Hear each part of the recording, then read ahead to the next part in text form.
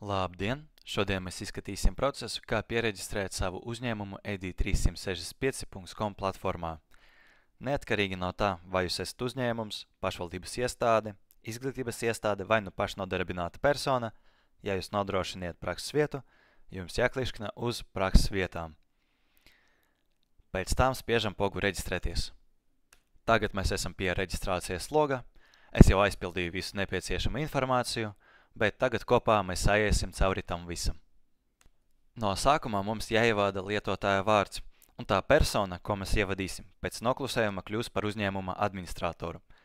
Es pievienoju lietotāju Artūrs Ozols, kā arī pierakstīju viņa e-pastu.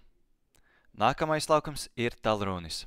Ievadījam telefonu numuru, un pēc tam spiežam uz pogu sūtīt SMS. Sistēma atsūtīs uz noradītu telefonu numuru autorizācijas ziņu, kura saturēs drošības kodu, kuru jāieraksta šeit. Pēc tam mums jāizdomā parole un jāatkārto šeit blakus. Tagad mums jāizpilda konkrēta informācija par mūsu uzņēmumu. Mūsu gadījumā tas nav pašnodarbināta persona, bet, ja būtu, mēs vienkārši atzīmētu to kastīti ar ķeksīti un ievadītu personas datus. Te.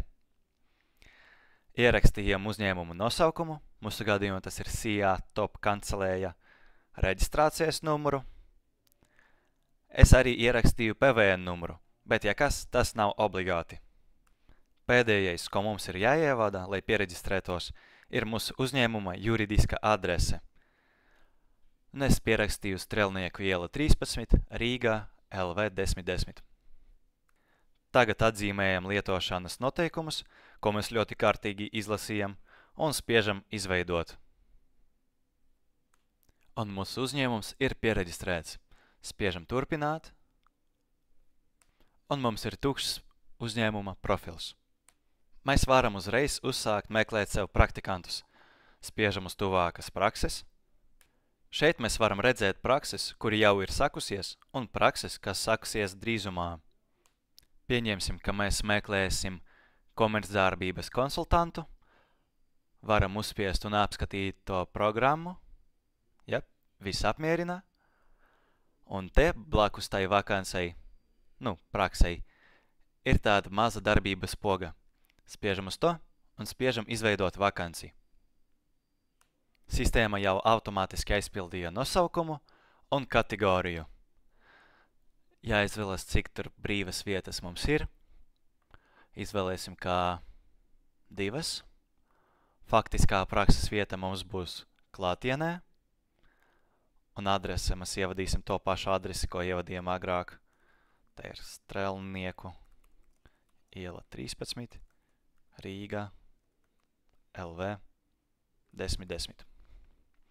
Un prakses apraksts, te mēs varam ierakstīt, aprakstīt, ko tieši mēs meklējam, bet tas nav obligāti, un tāpēc mēs to nedarīsim. Spiežam izveidot, un mēs veiksmīgi izveidojam vakanci. To mēs varam apskatīt sadaļā Manas vakances, un redzam, ja eksistē 2 brīvas vietas, aizņemtas 0, jo pagaidām neviens nepieteicās, un mēs tad gaidīsim. Pagāja pāris dienas, mēs atkal ielagojamies savu profilā, un redzam, ka mums ir 2 jaunumi prakses pieteikumos. Iesim tad apskatīsimies. Jā, tiešām ir 2 pieteikumi. Apskatīsimies tad pirmo. Latvijas Rīgas Universitātes audzēknis, Kaspars Bērziņš. Apskatīsimies, kas viņam ir profilā. Nē, pilnībā tukšs. Telefonu numurs nav pievienots. Ko viņš uzrakstīja motivācijas vēstulē? Jā.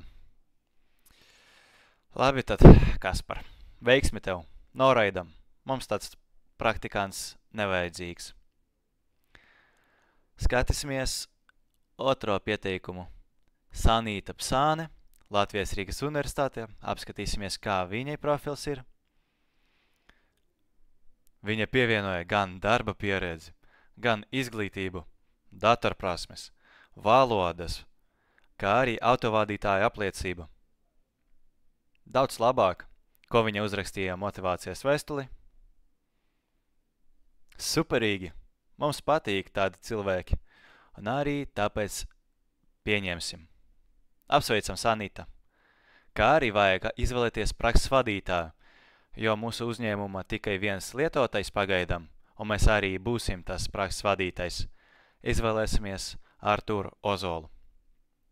Spiežam pieņemt, un viss, gatavs. Tad sadaļā mani praktikanti mēs varam apskatīties, kā viņa parādījās. Un tad tas ir viss. Paldies!